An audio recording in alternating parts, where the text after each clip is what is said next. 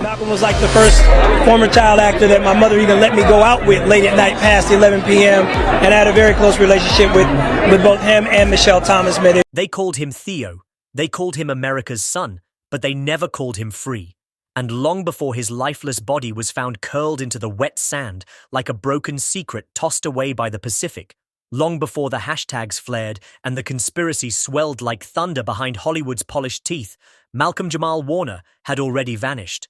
Not from Earth, not from oxygen, but from the quiet corners of an industry that swallowed his name, spit out his smile, and left only a shadow for Jalil White to grieve. A whisper Jalil would carry like a stone in his chest, as the only man Malcolm trusted enough to hear his final voice, his digital will. A voice note, not desperate, not panicked, but surrendered. If I'm not here tomorrow, don't cry for me. Just keep me alive through the work. And while the headlines labeled it an accident, drowning, no foul play, case closed, Jalil knew better, because the drowning didn't start in the water, it started in the auditions, the silence, the memes, the meetings that never called him back, the scripts he was too Theo to play, the contracts that erased him with invisible ink, and it was Jalil who received the USB drive 1 week before the waves swallowed him.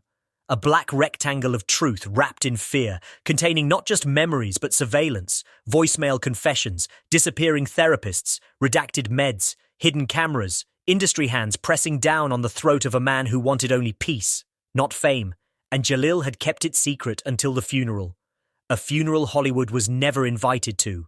A funeral where he stood not as Steve Urkel, not as a nostalgia act, but as a brother undone, clutching the urn, whispering the last words Malcolm ever said. They never loved us, Jay. They loved who we pretended to be.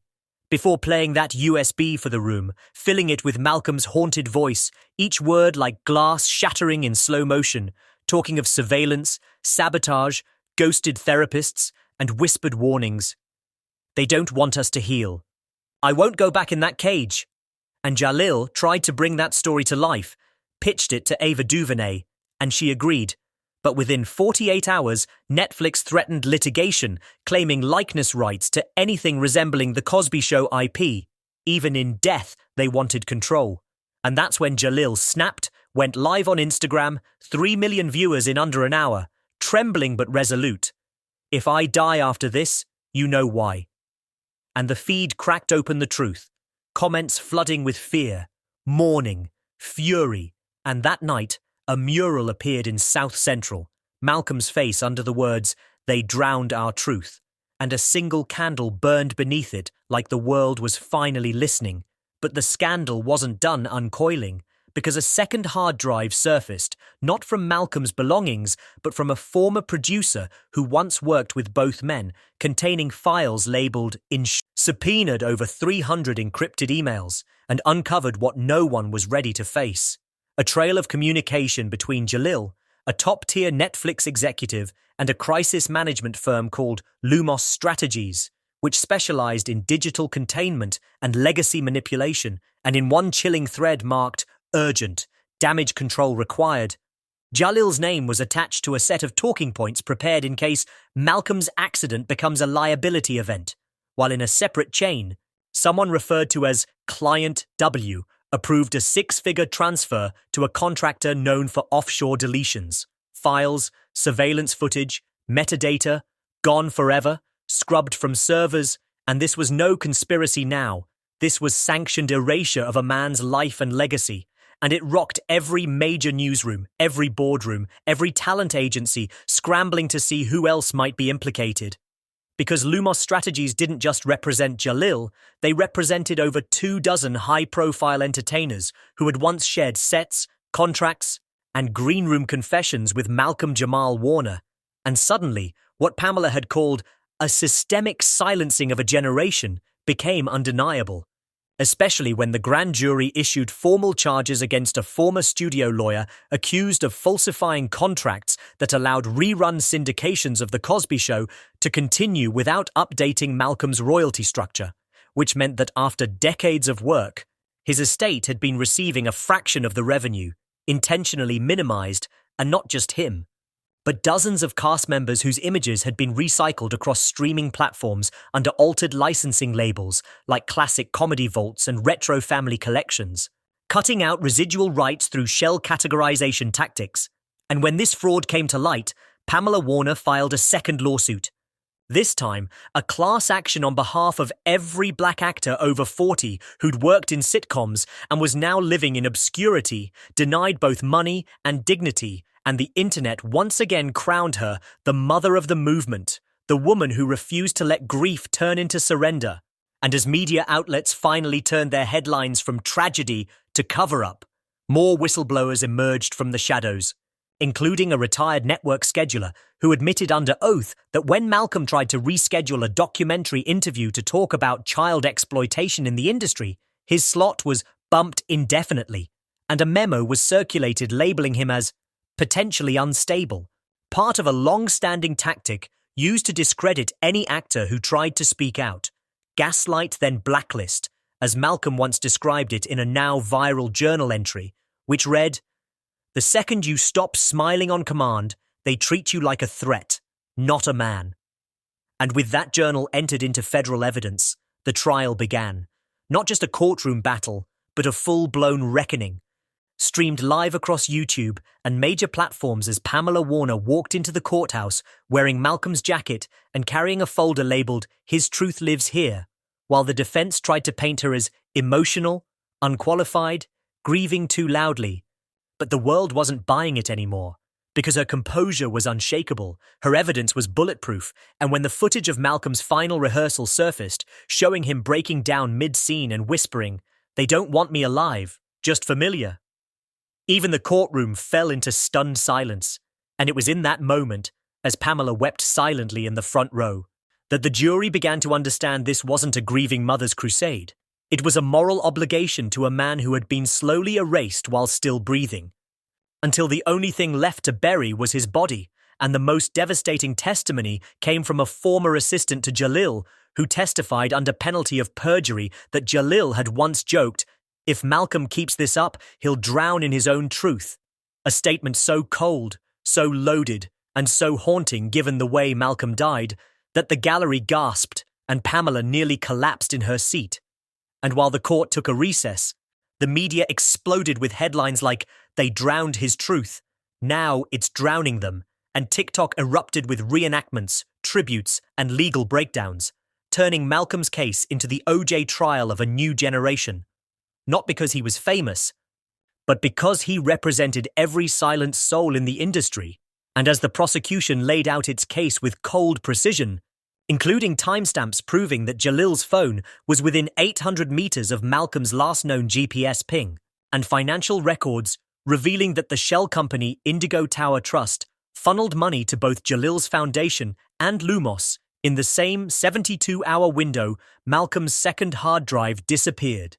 It became clear that this wasn't just criminal negligence, it was a coordinated execution of silence, and even though Jalil's defense tried to dismiss the timing as coincidence, the jury wasn't hard. But even after the courtroom emptied and the verdict echoed across every news channel in America, Pamela Warner didn't stop, because she knew the conviction of Jalil White was not the end, only the first crack in a monolith that had stood unchallenged for decades. And as behind the curtain streamed into living rooms, classrooms, and conference halls across the globe, the whispers that had once died in green rooms and behind closed casting doors were now igniting fires in hearts and headlines alike, with actors, assistants, editors, and even custodians flooding anonymous tip lines and independent journalists with files, dates, names, and raw audio recordings. Each one a match dropped onto a carpet soaked in years of silence and shame. And at the center of it all was Malcolm, no longer just a sitcom son, but a martyr of media manipulation. His face now plastered across murals in South Central, on t-shirts worn by college students, on candles lit at vigils where mothers held up photos of their own lost children. Because Malcolm's story had become a vessel for every black artist who had ever been told to tone it down, keep it light, don't make it political, or else be replaced, recast, rewritten out of existence. And as Congress opened hearings on legacy royalties, industry corruption, and death cover-up allegations in Hollywood, Pamela Warner found herself invited to speak not as a grieving mother, but as a cultural historian, holding up the burned pages of her son's journal as evidence that truth has always existed. It's just been systematically ignored, and in one unforgettable moment before the Senate Judiciary Subcommittee, she stood beside a blown-up photo of Malcolm at age 14, eyes wide with hope, and said, "This is who you buried when you let contracts matter more than lives." And from that moment on, laws began to shift. California passed the Warner Legacy Rights Act, guaranteeing posthumous protection and residuals for the estates of deceased performers, and streaming platforms were now required to disclose actual payout records to talent representatives, while the Screen Actors Guild launched an internal task force to audit 30 years of royalty records. But even with these changes, the wounds were still fresh, and the betrayals still bled beneath the surface. Especially when new forensic digital analysts began restoring Malcolm's destroyed documentary footage from salvaged metadata, and uncovered a hidden interview from the behind-the-curtain hard drive, a segment recorded just 3 days before his death, in which Malcolm looked directly into the camera and said, "If this is the last time I'm allowed to speak, then let the next person scream louder because silence is where the devil eats." And that footage sent shockwaves across every platform, reigniting the Dirk Justice for Malcolm campaign and bringing public pressure onto names that had so far avoided scrutiny, including 3 executives from a children's network who had been linked to Jalil through shell companies and hush settlements, one of whom quietly resigned hours after the footage went viral. And as new arrests were made, Pamela launched the Warner Foundation, a non-profit dedicated to protecting whistleblowers and preserving unedited histories of Black performers, starting with a memorial library funded by donations from grassroots campaigns, church offerings, and even anonymous contributions from major celebrities who, for years, had been too afraid to speak, but now, emboldened by Pamela's courage, were ready to risk their careers for the truth. And the Foundation's first major act was acquiring unreleased audio from a long-buried 1990s interview between Malcolm and a disgraced casting director, who had laughed off stories of exploitation with the words, "They know the game when they sign up." A tape that would now be entered into the public record and played in high schools, art schools, and media ethics programs across the country as a cautionary relic of institutional rot. And through it all, Pamela never stopped writing, speaking, showing up, at rallies, on late-night television, at historically Black colleges, even on the floor of the United Nations, where she delivered a keynote titled, "They Called It Fiction, But It Was My Son's Life," earning a global standing ovation. Because this wasn't just about Malcolm anymore. This was about reclaiming ownership of every stolen narrative, every redacted chapter, every erased character from the story of Black excellence in America. And by year's end, the Academy of Television Arts Sciences announced the first ever Malcolm-Jamal Warner Courage Award, honoring artists who challenged the industry's darkest corners. And the inaugural recipient was Pamela herself, who accepted it in a midnight blue dress sewn from the fabric of Malcolm's favorite jacket, her voice trembling as she said, "They tried to delete my son, but you just downloaded him into history." And the entire audience rose but just when the world thought it had heard the last of Malcolm-Jamal Warner's voice, a second set of recordings surfaced, not from his phone, not from the infamous USB drive, but from a forgotten cloud folder linked to an old rehearsal laptop Malcolm hadn't used since 2019, buried beneath folders labeled scripts, reels, and archived auditions was a hidden directory titled Unsent. And inside were 12 raw video monologues, date-stamped over a 3-year period, each more haunted than the last, each delivered like a man auditioning for his own salvation. A desperate plea to be seen beyond the laugh track, beyond the Cosby legacy, beyond the memeable sitcom nostalgia that had trapped him in a persona while his real self faded. And in one of the last recordings, filmed just months before his death, Malcolm looked straight into the lens, eyes hollow, skin pale, voice trembling as he whispered, "They want me dead in a way that looks like an accident, because if I speak, others might remember what they saw too." And that single clip reignited the firestorm that never really died down, because it begged a terrifying question. Who else had seen what he saw, and why had they all gone quiet? My son died telling the truth, and now it's chasing them down one by one. And as media outlets scrambled to keep up, a third USB emerged from Malcolm's personal storage unit, this time labeled failsafe, containing a single folder titled, "It was never an accident."